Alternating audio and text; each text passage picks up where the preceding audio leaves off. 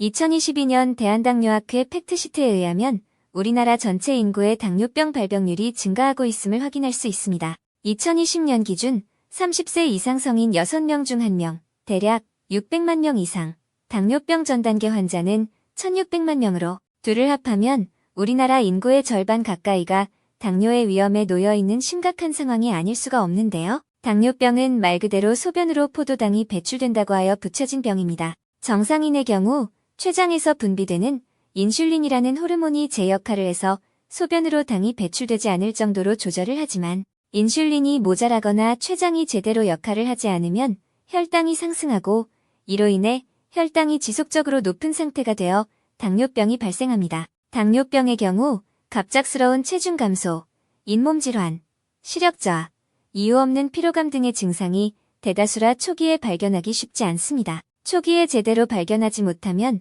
복부 질환, 심근경색 등 많은 질환을 일으키고 당뇨로 인한 합병증으로 발전될 수 있어 주의가 필요합니다. 한국인은 서양인에 비해 췌장의 크기가 작고 췌장 내 지방 함량이 낮음에도 불구하고 인슐린 분비 기능이 서양인보다 떨어져 한국인이 당뇨에 더 취약할 수 있다는 연구 결과도 있습니다. 당뇨를 예방하고 개선하기 위해서는 규칙적인 운동과 생활 습관도 필요하지만 먹는 것에 주의를 기울이는 것도 매우 중요합니다. 이번 시간에는 당뇨를 예방하고 도움이 될 수 있는 음식들에 대하여 알아보도록 하겠습니다. 첫 번째 음식은 통곡물입니다. 정제되지 않은 통곡물의 경우 섬유질이 풍부하고 지속적으로 에너지를 주어 혈당이 올라가는 것을 방지할 수 있습니다. 통곡물은 현미, 퀴노아, 보리, 귀리, 통밀 등이 있는데요. 통곡물은 정제된 곡물보다 혈당 지수가 낮습니다. 혈당 지수가 낮다는 것은 소화가 느리게 되어 혈당의 수치가 천천히 올라가 혈당 수치를 안정적으로 유지하게 되고 결과적으로 합병증의 위험이 줄어드는 것을 말합니다. 미국 하버드대 공중보건대학 연구팀은 통곡물을 먹은 사람이 곡물을 가장 적게 먹은 사람보다 2형 당뇨병 발생률이 29% 낮았다는 연구 결과를 발표하기도 했습니다. 여기서 2형 당뇨병이란 후천적으로 인슐린 저항성이 증가해 혈당 조절이 잘 안 되는 질환을 말합니다. 통곡물은 섬유질의 좋은 공급원으로 장에서 탄수화물의 흡수를 늦춰 혈당 수치를 조절하는 데 도움이 됩니다. 또한 섬유질은 포만감이 높아 전체 음식 섭취량을 줄여주어 결과적으로 체중 감소의 효과도 나타나게 됩니다. 두 번째 음식은 저지방 유제품입니다.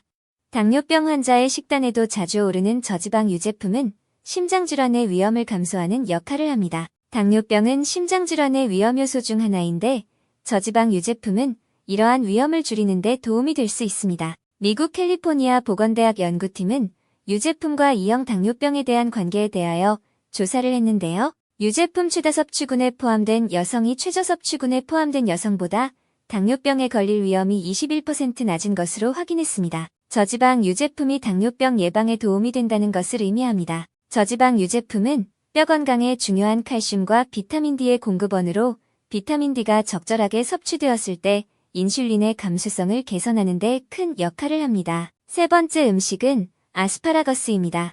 서양 음식에서 가니쉬로 빠지지 않고 나오는 아스파라거스는 한국인에게도 많이 알려져 있는 야채 중 하나인데요. 아스파라거스는 혈당 지수가 낮은 채소로 천천히 소화되며 혈당 수치를 급격하게 상승시키지 않아 당뇨가 있는 분들이 섭취하기 매우 좋은 음식입니다. 탄수화물의 함량과 열량이 낮을 뿐 아니라 식이섬유가 풍부하며 항산화 물질인 글루타치온 성분이 많이 들어있는데요. 심장질환을 예방할 뿐 아니라 암, 노화, 혈관의 염증까지 예방하는 효과를 가지고 있습니다. 아스파라거스의 글루타치온 성분은 양파의 20배, 마늘보다 8배나 많이 들어있으며 혈당 관리의 삼총사라 불리는 루틴, 사포닌, 비타민 K 역시 풍부하게 함유되어 있어 당뇨 관리에 탁월한 음식입니다. 네 번째 음식은 양파입니다.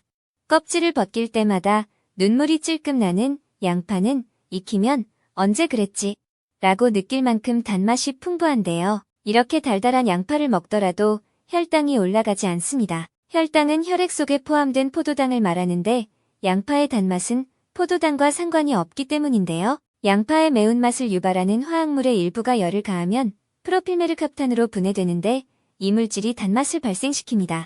설탕보다 무려 50에서 70배 정도 달다고 합니다. 당뇨병 환자의 경우 합병증으로 심혈관계 질환의 가능성이 큰 편인데 양파에 케르세틴이라는 성분이 혈관 건강에 좋아 양파를 섭취하는 게 좋습니다. 혈관벽의 손상을 막고 혈관을 막는 나쁜 콜레스테롤인 LDL의 혈중 농도를 낮추며 내장지방 제거에도 효과적입니다. 12주간 매일 양파가루를 섭취했더니 먹지 않은 그룹보다 뱃살이 감소했다는 일본 국립농업식품연구원의 연구 결과도 있습니다. 또한 양파는 공복혈당의 수치를 낮추는 데 도움이 되어 당뇨의 위험이 있는 분들에게 매우 좋은 음식입니다. 마지막 5번째 음식은 브로콜리입니다.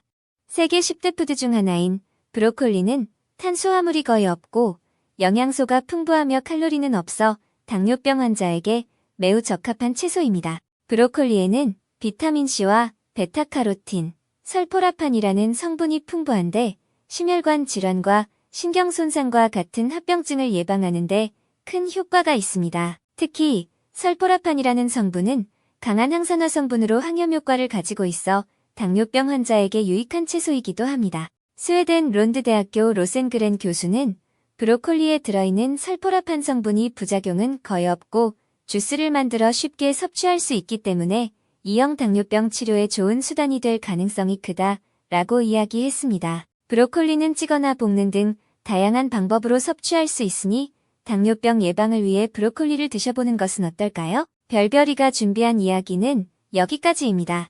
오늘의 영상이 도움이 되었다면 구독과 좋아요 부탁드려요. 다음에도 재미있고 다양한 이야기로 찾아오겠습니다. 감사합니다.